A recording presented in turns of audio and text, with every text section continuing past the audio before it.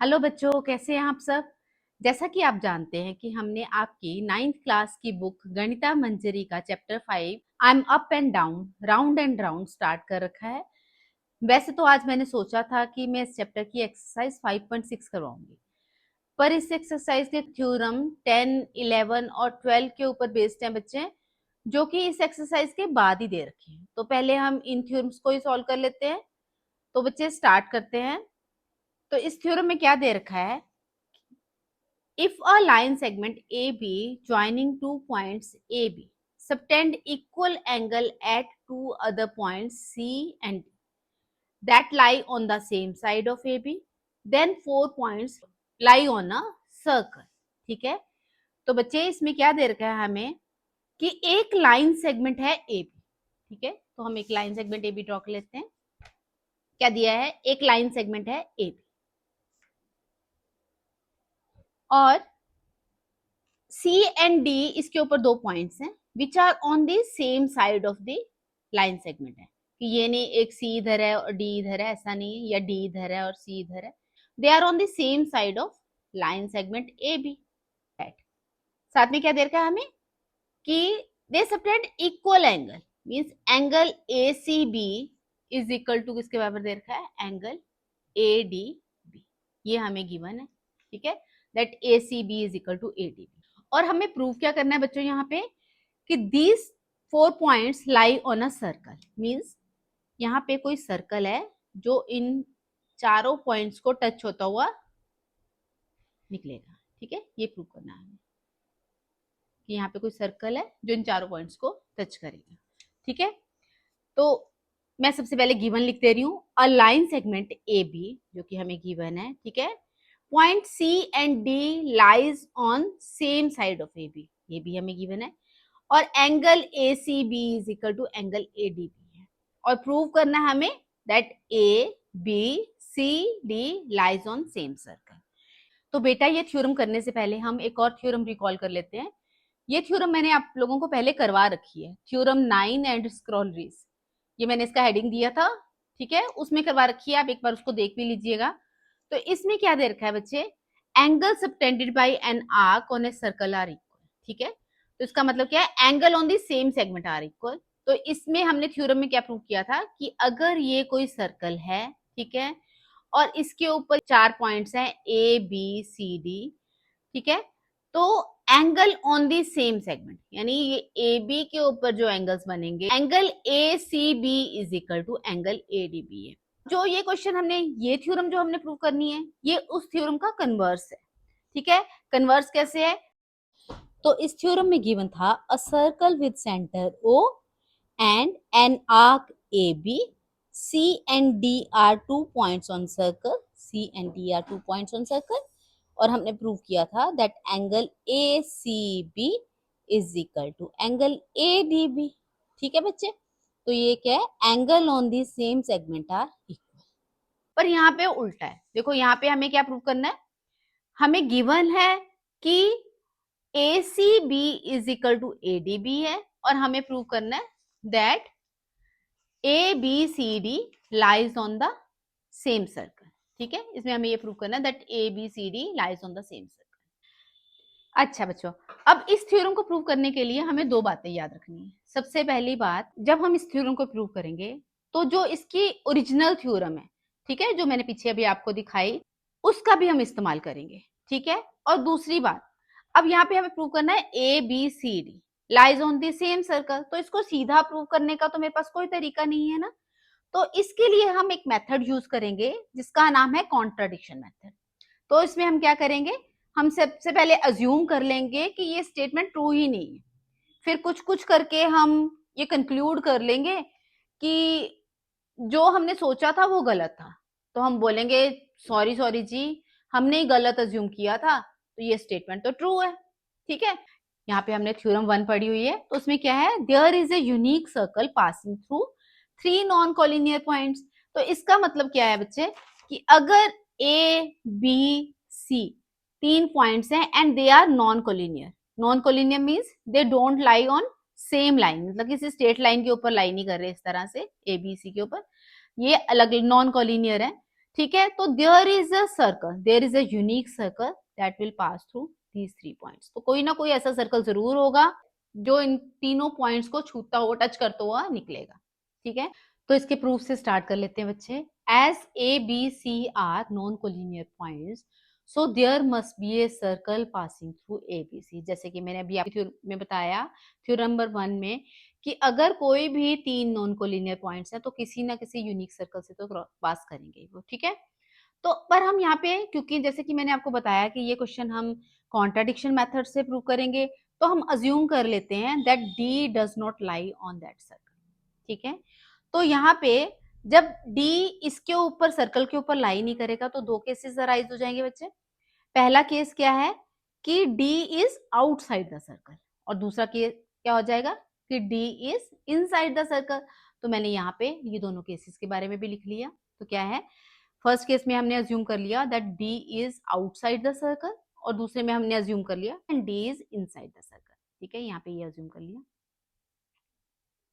तो अब बच्चे डी इस सर्कल के ऊपर नहीं लाई कर रहा, तो बी डी के ऊपर कोई ना कोई पॉइंट तो होगा ना जो कि इस सर्कल को इंटरसेक्ट करता हुआ निकल रहा है। ठीक है, तो हम उस पॉइंट को ई अज्यूम कर ले रहे हैं। तो then there must be a point E on B D which intersect the circle. यहाँ पे ये लिख दिया। ठीक है, अब जैसे कि मैंने आपको बोला था कि जब भी हम इस थ्योरम को प्रूव करेंगे तो साथ में हम इसकी ओरिजिनल थ्योरम का भी रेफरेंस लेंगे। तो ओरिजिनल थ्योरम हमारे को क्या कह रही है कि अगर ये कोई आर्क है या कोई सेगमेंट है तो angle subtended on the same segment are equal. Angle A C B is equal to angle A A B हो जाएगा। ठीक है, ये दोनों इक्वल हो जाएंगे। पर हमें बच्चे गिवन क्या है, यहाँ पे we are given that angle A C B is equal to angle A D B है, तो मैं उसको भी लिख दे रही हूँ angle A C B is equal to angle A D B. तो इन दोनों इक्वेशन से हमें क्या मिल गया, angle A E B is equal to A C B है और A C B is equal to A D B. और आपको पता है कि इन्हीं दो इक्वेशंस में अगर a is equal to B और b is equal to C हो तो इसका मतलब क्या होता है, a is also equal to c। From 1 and 2 we can conclude that angle AEB is equal to angle ADB। Clear है बच्चे? ठीक है, ये दोनों एंगल इक्वल आ गए। पर ये कैसे पॉसिबल हो सकता है? देखो, अगर मैंने बोला angle AEB is equal to angle ADB, तो ये तो पॉसिबल नहीं हो सकता ना बच्चे। तो ये तभी पॉसिबल होगा अगर ये डी पॉइंट यहाँ पे हो। ठीक है, तो मैंने वही लिख दिया यहाँ पे। तो it this is possible if D and E R same points, so our supposition is wrong, it means D lies on the circle. ठीक है, उसी तरह से अगर मैं इसके दूसरे केस की तरफ बात कर लूं तो इसमें भी इसी तरह कर देंगे, if D lies inside the circle.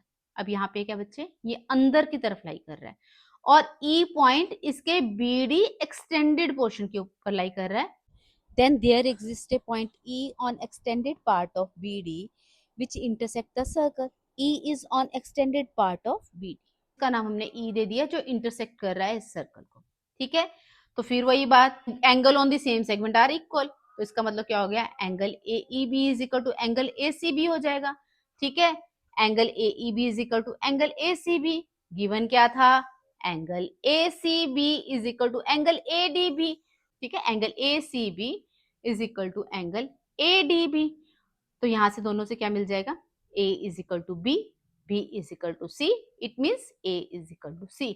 therefore angle AEB is equal to angle ADB। तो जो मैंने यहाँ पे लिखा ना बेटा, मैंने एज इट इज पूरा लिख दिया यहाँ पे। ठीक है, अगर आप चाहो तो ये लिख लो, इतना पोर्शन लिख के आप ये भी लिख सकते हो। Similarly in this case we can prove that angle AEB is equal to angle ADB। सिर्फ इतना लिख लेंगे तब भी चल जाएगा। ये सारी चीजें आप अगर एक्सप्लेन नहीं भी करेंगे, यहाँ पे सिमिलरली करके कर देंगे तभी, क्योंकि हमने एज इट इज पूरा यहाँ वाला प्रूफ यहाँ पे लिखा है। ये वाला एंगल और ये वाला एंगल इक्वल हो गया, ये तो तभी पॉसिबल होगा अगर डी और ई सेम पॉइंट्स हैं। ठीक है, तो D lies on this circle हम ये बोल देंगे। ठीक है, अब बच्चे जो मैंने ना ये आप लोगों को प्रूफ कराया है इसका, ये लास्ट का पोर्शन। ठीक है, तो ये प्रूफ क्या था, जो हम पिछले साल तक जो बुक थी ना उसमें हम प्रूफ कराते थे।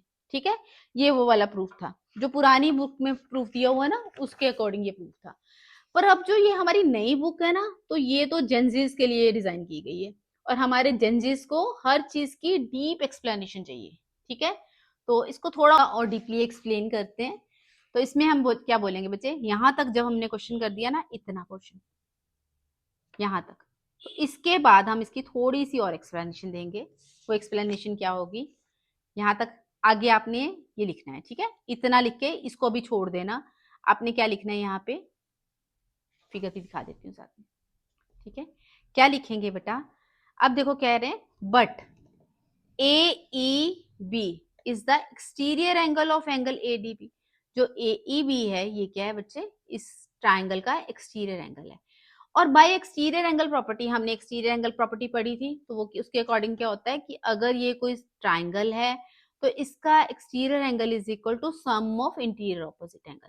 और दूसरी लैंग्वेज में ये भी तो बोल सकती हूँ ना, क्योंकि ये एंगल इन दोनों के सम के बराबर है, तो ये भी तो बोल सकती हूँ कि इसका एक्सटीरियर एंगल किसी एक एंगल से बड़ा है, क्योंकि अगर इन दोनों के सम के इक्वल है तो किसी एक एंगल से तो बड़ा ही होगा ना, ठीक है। तो हमने यहाँ पे फिर से एक्सटीरियर एंगल प्रॉपर्टी लगा दी, क्योंकि ये इसका एक्सटीरियर एंगल है। As we know, exterior angle of a triangle is greater than interior opposite angle. Therefore, angle AEB will be greater than angle ADB. इसका रीजन क्या दे देंगे, एक्सटीरियर एंगल प्रॉपर्टी, ठीक है। तो अब बच्चे हमने यहाँ पे पहले क्या प्रूव किया था, दैट यहां तक हमने प्रूव करके रख दिया था that AEB is equal to ADB। और यहाँ पे हम बोल रहे हैं that AEB is greater than ADB। इसको इक्वेशन नंबर मैं 3 मान ले रही हूँ, ठीक है। तो यहाँ पे हमने AEB इज इक्वल टू किसके बराबर है, ADB। अगर मैंने 3 की वैल्यू 4 में पुट करी, ठीक है, तो मैं यहाँ लिख देती हूँ देयरफॉर फ्रॉम 3 and 4, ठीक है। तो अगर मैंने इस 3 की वैल्यू 4 में सब्स्टिट्यूट कर दी तो मेरे पास क्या मिल जाएगा, AEB की जगह यहाँ पे क्या है ADB, कि ADB is greater than ADB है। तो ये तो पॉसिबल नहीं हो सकता, कोई एंगल अपने आप से तो बड़ा नहीं हो सकता ना बच्चे। फ्रॉम 3 and 4 हमें क्या मिला, ADB is greater then angle ADB। तो this is impossible, so our supposition is wrong, D lies on the same circle। तो यहाँ पे हम बोल रहे हैं कि ये तो हमने गलत सोच लिया भाई, ये तो पॉसिबल ही नहीं है कि कोई एंगल अपने आप से कैसे बड़ा हो सकता है। और उसी तरह बच्चे इस क्वेश्चन में यहाँ भी हमने इतना अगर प्रूव कर दिया, अगर मैंने बोला था अगर आप चाहो तो ये छोड़ भी देना, ये इसके बाद सिर्फ ये लाइन लिखेंगे। और उसके बाद हमने फिर से इस ट्राइंगल में भी हमने एक्सटीरियर एंगल प्रॉपर्टी लगा दी। अब इसमें एक्सटीरियर एंगल क्या होगा, ADB। Angle ADB exterior angle of triangle AED, ठीक है। तो वही मैंने लिख दिया, angle ADB is exterior angle of triangle AED, ठीक है। और exterior angle is greater then interior opposite angle. तो प्रॉपर्टी का नाम exterior angle property, angle property, ठीक है, वो लिख दिया। तो यहाँ पे ADB is greater than AEB आ जाएगा। अब इस इक्वेशन को बेटा जहां हमने प्रूव किया था that AEB is equal to angle ADB है, उसे मैंने इक्वेशन नंबर 5 दे दिया। और जो इक्वेशन हमने अभी प्रूव की है, ठीक है, उसको हमने इक्वेशन नंबर 6 नंबर दे दिया। तो फ्रॉम 5 and 6 हमें क्या मिल गया बच्चों, कि क्या दे रखा है यहाँ पे, that AEB is equal to angle ADB है, और साथ ही में ADB is greater than AEB है। तो मैं अगर इस AEB की जगह AEB की वैल्यू ADB पुट कर दे रही हूँ तो मेरे पास क्या आ गया, angle ADB is greater then angle ADB। और कोई एंगल खुद से तो बड़ा हो ही नहीं सकता ना बच्चे, तो ये तो पॉसिबल ही नहीं है, सो दिस इज इम्पॉसिबल, ठीक है। तो therefore our assumption is wrong, our assumption is wrong, so D lies on same circle। तो बच्चों यहाँ पे ये थ्योरम कंप्लीट हो गई, ठीक है। थोड़ी सी अतरंगी थ्योरम तो है, पर अगर आप वीडियो को 2-3 बार देख लोगे तो आपको अच्छे से समझ आ जाएगा। पर अगर आपको फिर भी इसमें कोई डाउट हुआ ना तो मेरे को लिखना, तो मैं इसको किसी और तरीके से करवाने की कोशिश करूँगी। तो बच्चों अब हम स्टार्ट करने जा रहे हैं इस चैप्टर की थ्योरम 11 उसमें क्या बोल रहे हैं, the sum of two opposite angles of the cyclic quadrilateral is 180 degree. मतलब कि अगर ये कोई हमें सर्कल दे रखा है तो साइक्लिक क्वाड्रिलेटर किसे कहते हैं बच्चे, अगर ऐसी क्वाड्रिलेटर जिसके चारों vertices lie on the circle. ठीक है, तो यहाँ पे कोई सर्कल है, A B C D circle के ऊपर ही लाई कर रहे हैं, तो इस तरह की क्वाड्रिलेटर को हम बोलते हैं cyclic quadrilateral. And we have to prove that the opposite angle of the cyclic quadrilateral is equal to 180 degree. यानी angle A plus angle C is equal to 180 degree होगा, या angle B plus angle D is equal to 180 degree होगा। ये हमें prove करना है। तो start करते हैं। ये थोड़ी सिंपल सी थ्योरम जो गिवन क्या है, a circle with centre O and A B C D is a cyclic quadrilateral.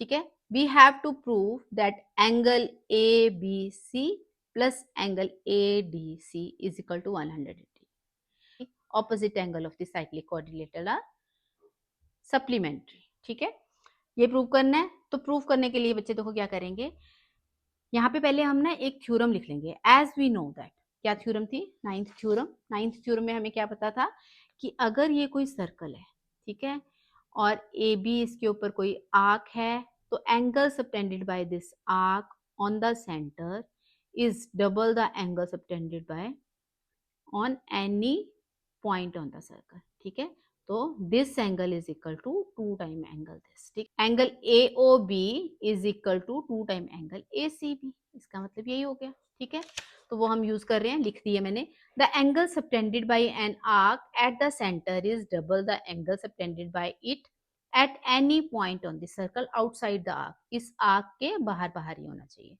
ठीक है, तो इससे हमें क्या पता चल गया बच्चे कि angle A O C is equal to 2 time angle ADC हो जाएगा ना। यही तो हमारी थ्योरम थी।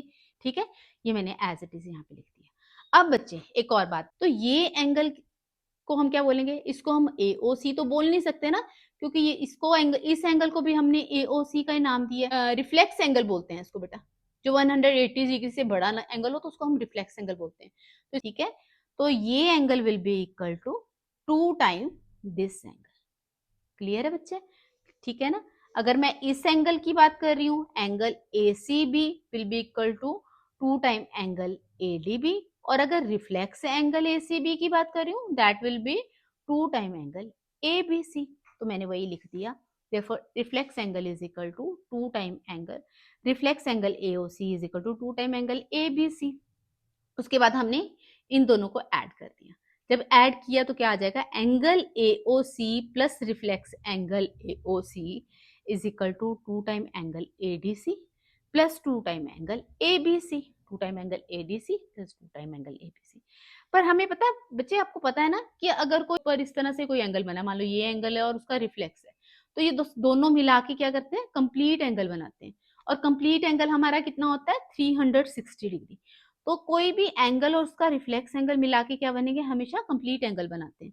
तो वही मैंने लिख दिया, but angle AOC plus reflex angle AOC is equal to 360 degree, और रीजन भी इसका दे दिया कंप्लीट एंगल। ठीक है, तो हमें क्या मिल गया बच्चे, इसको मैंने इक्वेशन नंबर 3 दे दिया था। तो from 3 equation number 3 and equation number 4 इसकी वैल्यू कितनी आ जाएगी, 360 डिग्री। तो मैंने इधर इसकी वैल्यू क्या पुट कर दी, 360 डिग्री। तो हमें क्या मिल गया, 360 degree is equal to 2 time angle ADC plus 2 time angle ABC।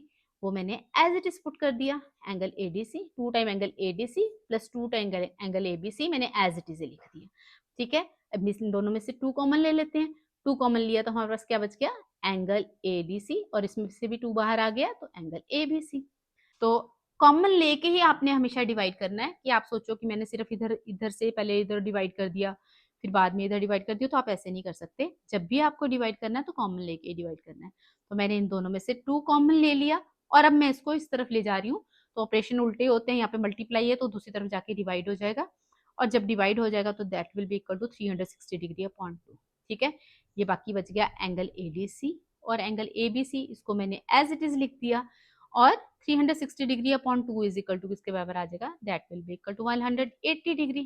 ठीक है, और इधर तो ये सेम ही लिखा है। तो यही हमें प्रूव करना था, that angle ADC plus angle ABC 180 degree. यही तो हमें प्रूव करना था ना, that angle ABC plus angle ADC is equal to 180 degree, means opposite angle of cyclic quadrilateral, इनका सम 180 डिग्री होते हैं, या दूसरी हम लैंग्वेज में ये भी बोल सकते हैं, opposite angle of the cyclic quadrilateral are supplementary or sum of opposite angle of the cyclic quadrilateral is 180 degree। इस तरह से भी कुछ आपको आ सकती है थ्योरम कि prove that the opposite angle of the cyclic quadrilateral are supplementary, इस तरह से भी लिखा जा सकता है। तो यहाँ पे हमारी ये थ्योरम नंबर 11 भी कंप्लीट हो गई।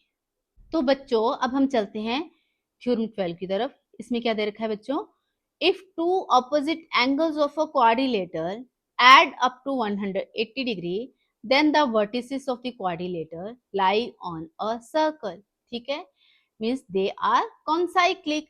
तो ये वाली थ्योरम हमारी थ्योरम 11 का कन्वर्स है। थ्योरम 11 में हमें क्या दे रखा था कि यहाँ पे कोई साइक्लिक क्वाड्रिलेटरल है, यानी ABCD lies on the circle and we have to prove that its opposite angle are supplementary, means sum of their opposite angles is 180 degree. पर यहाँ पे उल्टा दे रखा है। इसमें क्या दे रखा है कि यहाँ पे दे रखा है कि sum of opposite angle is equal to 180 degree, और हमें प्रूव क्या करना है यहाँ पे कि ABCD lie on the circle. और प्रूव यहाँ पे हमें करना है that ABCD is a cyclic quadrilateral, means ABCD lies that ABCD lies on circle। तो हमें ये प्रूव करना। मैंने आपको पिछले थ्योरम 10th में भी बताया था कि सीधा हमारे पास प्रूव करने का कोई तरीका नहीं है कि ABCD इसके ऊपर लाई कर रहा है। तो फिर कौन सा मेथड, वही सॉरी वाला मेथड, हमारा कॉन्ट्रडिक्शन मेथड। तो इसमें हम क्या करेंगे, फिर से अज्यूम कर लेंगे कि नहीं जी जो आप बोल रहे हो तो गलत ही है। Let us assume that ABCD is not a cyclic quadrilateral. ठीक है, पर यहाँ पे वही बात है जो मैंने थ्योरम 1 में भी बताई थी और पिछले क्वेश्चन में भी बताई थी कि अगर कोई 3 पॉइंट्स हमारे पास दे रखे हैं, ठीक है, कोई 3 पॉइंट्स हैं, तो there is a unique circle passing through these 3 points. ठीक है, तो हमने बोल लिया since ABD are 3 non collinear points, there is a circle passing through ABD। तो ये AB और D की मैंने बात कर दी। अगर आप आगे सीधा थ्योरम 12 भी देख रहे हो ना बच्चे, तो पहले पीछे जाके थ्योरम 10 अच्छे से देखो, तभी आपको समझ आएगी। तो यहाँ पे क्या है, late C does not lie on circle. ठीक है, it lies outside the circle. ठीक है, तो कोई ना कोई तो पॉइंट होगा ना DC के ऊपर जो कि इस सर्कल को भी इंटरसेक्ट कर रहा है, तो हमने उस पॉइंट का नाम E दे दिया।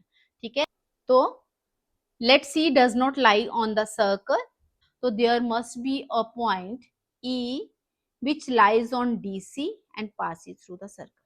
ठीक है बेटा, और जैसे मैंने आपको थ्योरम नंबर 10 में भी बताया था, तभी मैं बोल रही हूँ आप थ्योरम नंबर 10 जरूर देखना इसको करने से पहले। ठीक है, स्किप करके इस थ्योरम को मत देखना, ठीक है, नहीं तो वो समझ नहीं आएगा, उसमें अच्छे से एक्सप्लेन किया गया है। तो बच्चों मैंने आपको थ्योरम 10 में भी बोला था कि जब भी ये हमें थ्योरम्स प्रूव करनी होती है ना इस तरह के, जैसे कि थ्योरम 10 थी या थ्योरम 12 है, हमें इनमें 2 बातों का ध्यान रखना है। सबसे पहली तो ये कि हमें अज्यूम कर लेना है कि जो ये स्टेटमेंट दी गई है वो गलत है, और दूसरा जो इसकी ओरिजिनल थ्योरम है जो कि थ्योरम 11 है, हम उसको भी यूज करेंगे इसमें।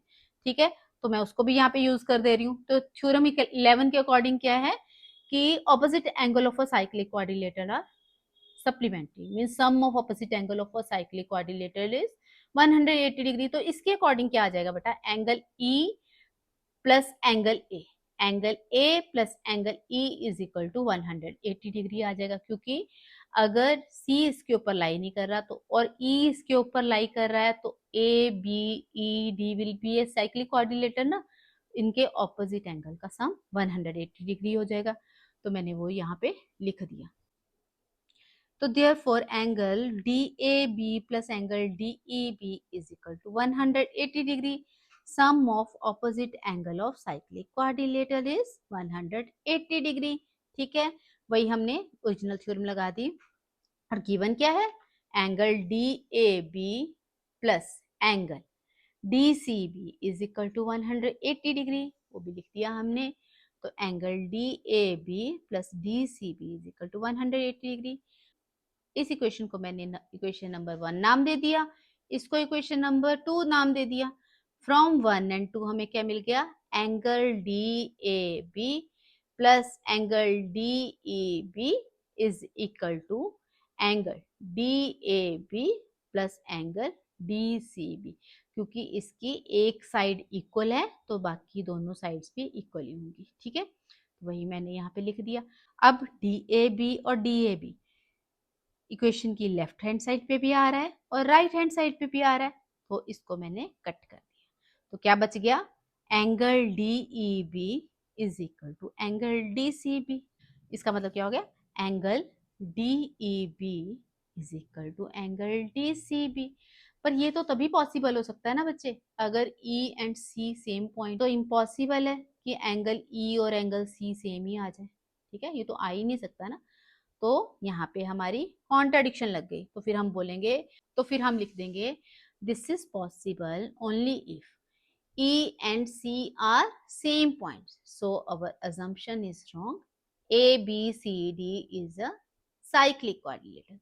तो हमने मान लिया कि क्योंकि ये दोनों पॉइंट्स सेम ही हैं, तो इसका मतलब C यहीं पे कहीं लाई करेगा, तो हमारी असम्पशन गलत है। और ये क्या है, ABCD is a cyclic coordinator, C यहाँ नहीं यहाँ ही होगा। इसके साथ ही हमारी थ्योरम 10, 11, 12 खत्म हो गई। अब इस चैप्टर की सारी ही थ्योरम्स खत्म हो गई हैं। ठीक है, मुझे उम्मीद है कि आप लोगों को ये थ्योरम्स बहुत अच्छे से समझ आ गई होगी।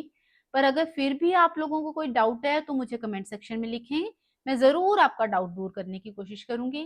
अगर आपको ये थ्योरम्स अच्छे से समझ आ गई तो वीडियो को लाइक कीजिए और चैनल को सब्सक्राइब कीजिए, मुझे इससे बहुत मोटिवेशन मिलेगी। Okay, bye bye, God bless you all.